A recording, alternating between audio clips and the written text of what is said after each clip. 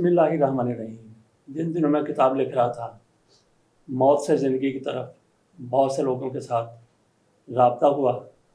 उनसे ये सवाल किया जाता था कि आपको कोई ऐसा एक्सीडेंट, इंसिडेंट या कोई फीलिंग आई हो जिससे बंदा ये समझता है कि मैं तो बिल्कुल मौत के करीब था, मैंने मौत को सामने देखा और फिर अल्लाह की करम नवाजी से आपकी जान बच गई। तो ऐसे ही वाक़यात के हवाले से डॉक्टर अज़मत रहमान साहब से बात हुई। वो म्यू हॉस्पिटल और जनरल हॉस्पिटल के एमएस रहे हैं। रिटायरमेंट के बाद वो घुर्की हॉस्पिटल के एमएस बने थे। अपनी सर्विस के दौरान इससे पहले वो शाह ईरान के भी ज़ाती मुआलिज रहे। बड़े पढ़े लिखे आदमी थे। उनसे जब भी तज़किरा किया कि आपको कभी ऐसे वाक़े का सामना हुआ है जैसे आप समझते हो कि मौत बिल्कुल करीब से गुजर गई, तो वो हल्का सा कहकर लगाते और कहते कि मैंने जिन देखा है। ये कोई 3 बार की बात है। 3 बार उन्होंने ऐसे ही कहा कि मैंने जिन देखा है। तो फिर वो खुद बताते कि मैं सरगोदा के करीब नहर पर जा रहा था, तो सामने मैं देख रहा हूँ, मैं पटड़ी के ऊपर था, पटड़ी के नीचे दरख्त इस तरीके से लगे हुए हैं जैसे जंगल हो। वो कहते हैं कि मैं सामने देख रहा था कि सामने से जिन आ रहा था, पटड़ी से नहीं बल्कि पटड़ी से नीचे, वो जंगल के दरमियान से, उन दरख्तों के दरमियान से। तो मैं बड़ा हैरान हुआ। वो मेरी तरफ आ रहा था, मैं भी उसकी तरफ जा रहा था, मेरी नज़रें उसके ऊपर गड़ी हुई थी। करीब आया तो मैंने ये देखा कि वो एक शख्स के ऊपर एक और शख्स बैठा हुआ है, एक शख्स के कंधे पर दूसरा शख्स बैठा हुआ है। तो वो दरख्तों में नुमाया नज़र आ रहा था, बहुत ऊंचा नज़र आ रहा था। तो मैं समझा कि शायद ये जिन है, लेकिन वो कोई ऐसा था कि कोई शख्स अपने किसी अजीज़ को, मरीज़ को इस तरह से अपने कंधों पर उठा कर ले जा रहा था।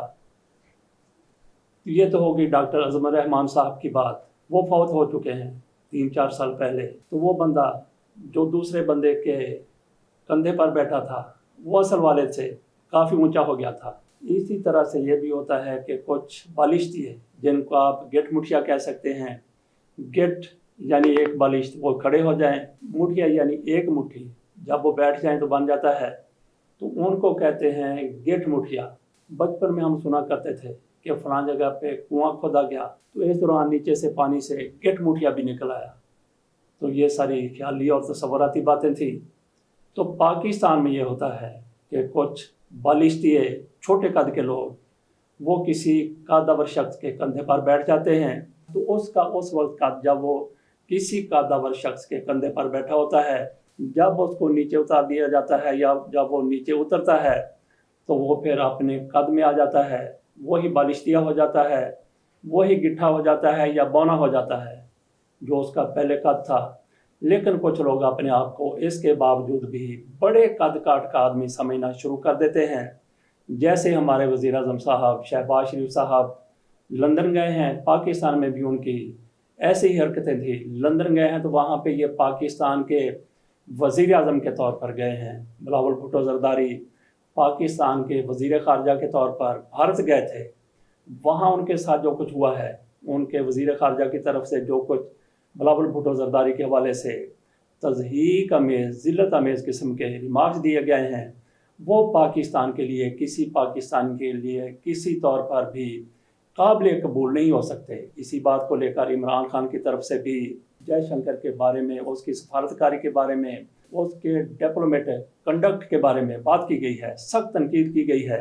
इसी तरीके से शहबाज शरीफ लंदन जाते हैं, वो पाकिस्तान के वज़ीर आज़म के तौर पर जाते हैं, लेकिन वहाँ जाकर वो इसी तरीके से बलिश्तिया का किरदार अदा करते हैं जिस तरीके से पाकिस्तान में वो थे। जिस तरीके से यहाँ वो गिट्ठे थे, यहाँ वो बौने थे, वही उनकी वहाँ भी हरकतें हैं। पाकिस्तान के वज़ीर आज़म के तौर पर उनको वहाँ पे वो कुछ कहना चाहिए था जो पाकिस्तान का एक वज़ीर आज़म कह सकता है या कहने की ज़रूरत है। लेकिन शहबाज शरीफ साहब वहाँ भी वही मुतफ़न सियासत करते रहे, बदबूदार सियासत करते रहे जैसी पाकिस्तान में करते हैं। उनकी तरफ से इमरान खान के हवाले से कहा गया, इमरान खान सर से पाँव तक झूठा, मक्कार, मोहसन कश आदमी है। और उससे पहले अपने बयानात में शहबाज शरीफ साहब عدلیہ کے حوالے سے کہتے رہے، چیف جسٹس پاکستان کے حوالے سے ان پر تنقید کرتے رہے، عدلیہ پر کیچڑ اچھالتے رہے۔ یہ پاکستان کے وزیر اعظم کا ہرگز منصب نہیں ہے۔ آپ چھوٹے ہیں، بالشتی ہیں، گٹ مٹھیے ہیں، تو وہ پاکستان میں ہیں۔ پاکستان سے باہر جا کر اپنے قد کو بلند رکھنے کی کوشش کریں، لیکن وہاں پہ ان کا رویہ آپ کے سامنے ہے۔ خوش آمد اپنے بھائی کی کر رہے ہیں یا جن حلقوں کی کرنی ہے وہ کر رہے ہیں۔ وہاں پہ گئے تھے یہ تاج پوشی میں شرکت کے لیے۔ تاج پوشی پر تھوڑی سی بات کر لیتے ہیں۔ یہ برطانیہ میں ہوا ہے۔ وہاں پہ تاج پوشی پر کتنا خرچہ ہوا ہے؟ 6 کروڑ ڈالر کہا جا رہا ہے خرچہ ہوا ہے، جو پاکستانی روپوں کی بات کی جائے تو اربوں میں بنتے ہیں۔ ان کے پاس بے شمار دولت ہے، لیکن انگریز بڑے پڑھے لکھے لیکن یہ تہذیب یافتہ لوگوں کا بادشاہ شاہ چارلس، اس کی طرف سے اپنی تاج پوشی پر 2500 مہمانوں کو مدعو کیا گیا تھا۔ بکنگم پیلس میں تقریب ہوتی ہے، وہاں پہ 2.5 کلو ہیرے جواہرات کا تاج ان کو پہنایا جاتا ہے۔ ان کی اہلیہ کمیلا پارکر کو بھی تاج پہنایا جاتا ہے، اور پھر وہاں پہ جو تقریب ہوتی ہے، جو پریڈ ہوتی ہے، اس میں بھی برطانوی بڑے شوق کے ساتھ حصہ لیتے ہیں۔ یہ کون سا دور ہے اور آپ کس دور کی باتیں کر رہے ہیں؟ غلامی کس کو کہتے ہیں؟ برطانیہ والوں نے تو بہت سی قوموں کو غلام بنایا تھا، لیکن آج وہ خود بھی بادشاہ کے غلام بنے ہوئے ہیں۔ آخر کار ایسی تقریبات کی اس دور میں ضرورت ہی کیا ہے؟ دنیا بھر سے مہمانوں کو بلایا گیا، اتنا زیادہ خرچہ کر دیا گیا، وہ کس لیے؟ تاج پوشی کی ایسی تقریب غلامانہ ذہنیت کی عکاسی کرتی ہے۔ بہرحال یہ ان کا اپنا معاملہ ہے۔ ہمارے شہباز شریف صاحب وہاں پہ گئے ہیں اور جس کے ساتھ ہاتھ ملا لیا اس کے ساتھ ملاقات کی خبر شائع کروا دی، وزیر اعظم کے ساتھ ملاقات کی خبر شائع کروا دی، اور شہزادہ چارلس کے ساتھ ملاقات کی خبر شائع کروا دی۔ شہباز شریف کو کوئی امریکی مل جائے تو اس کی بھی بڑے اہتمام کے ساتھ خبریں شائع کرواتے ہیں۔ یہ امریکہ گئے تھے، بلاول بھٹو زرداری بھی گئے تھے، وہاں پہ ملاقات نہیں ہوئی، صرف مصافحہ ہوا، تو ان کی طرف سے کہا گیا کہ صدر جو بائیڈن کے ساتھ شہباز شریف کی ملاقات، اور پھر شہباز شریف صاحب جہاں بھی جاتے ہیں یہ خبر ضرور شائع کروائی جاتی ہے، نشر کروائی جاتی ہے، عالمی سربراہوں کی نظروں کا مرکز بن گیا۔ ایسی خبر بلاول بھٹو زرداری کے حوالے سے بھی بھارت کے دورے کے موقع کے دوران پاکستان میں جاری اور شائع کروائی گئی۔ آخر کار یہ لوگ اپنی اس طرح کی جعلی شہرت دنیا کے سامنے کیوں رکھنا چاہتے ہیں؟ بلاول بھٹو زرداری صاحب بھارت میں تھے اور پاکستان میں چین کے وزیر خارجہ کی طرف سے کیا کہا گیا؟ چین کانگ کی طرف سے پاکستان کی سرزمین پر کھڑے ہو کر بلاول بھٹو زرداری کی موجودگی میں کہا گیا، پاکستان کی ترقی عوام کی خوشحالی ہے، سیاسی اتفاق رائے ضروری ہے، پاکستان کے ساتھ مل کر کام کریں گے، سیاسی جماعتیں مل کر استحکام لائیں۔ یہ چینی وزیر خارجہ کی طرف سے پاکستان کی سرزمین پر کھڑے ہو کر کہا گیا ہے۔ اس سے زیادہ مداخلت کسی اور کی طرف سے کیا ہو سکتی ہے کہ آپ کہہ رہے ہیں کہ سیاسی جماعتیں مل جائیں؟ یہ پاکستان کی سیاسی جماعتوں کا کام ہے، یہ پاکستان کے اداروں کا کام ہے۔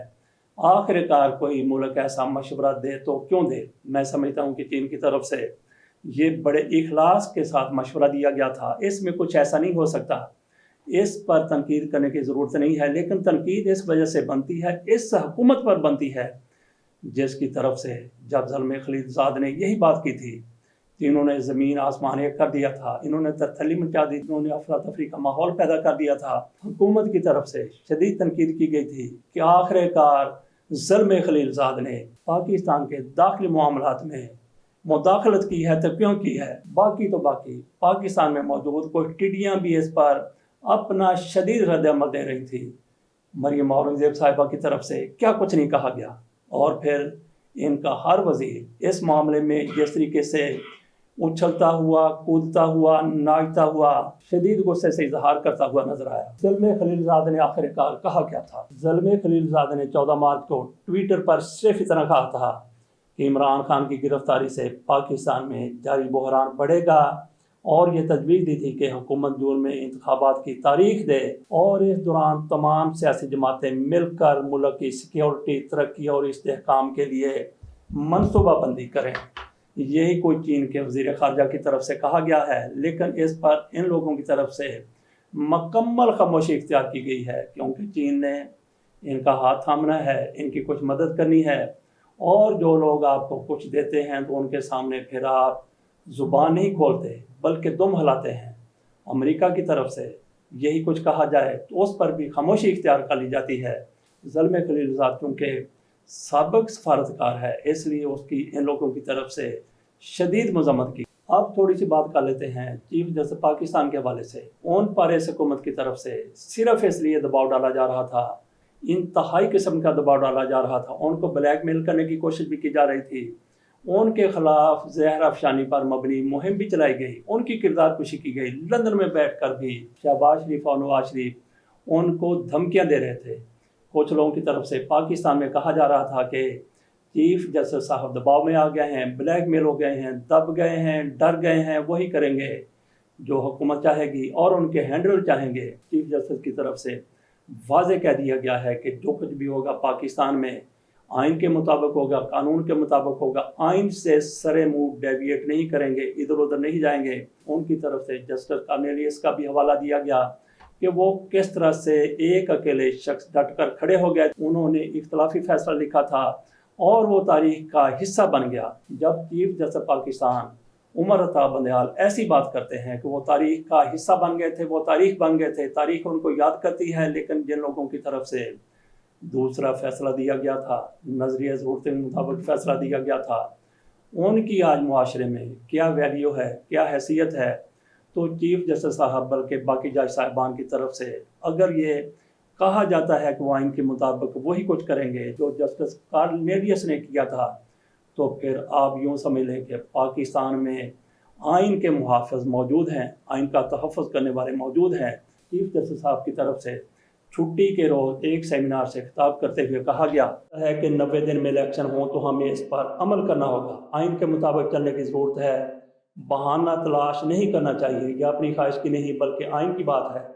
सुप्रीम कोर्ट को बताया गया मुज़ाकरात किसी नतीजे पर नहीं पहुँचे, हमारा इससे कोई लेना देना नहीं, हमारा फैसला मौजूद है। जिसकी अपनी एक ताकत है, कौन सा फैसला मौजूद है? 14 मई वाला फैसला मौजूद है। चीफ जस्टिस साहब उस पर डटे हुए हैं, उस पर अमल करवाना चाहते हैं। गो के 14 मई को इंतखाबात का होना नामुमकिन है, लेकिन 14 मई के तसलसल में इंतखाबात होंगे।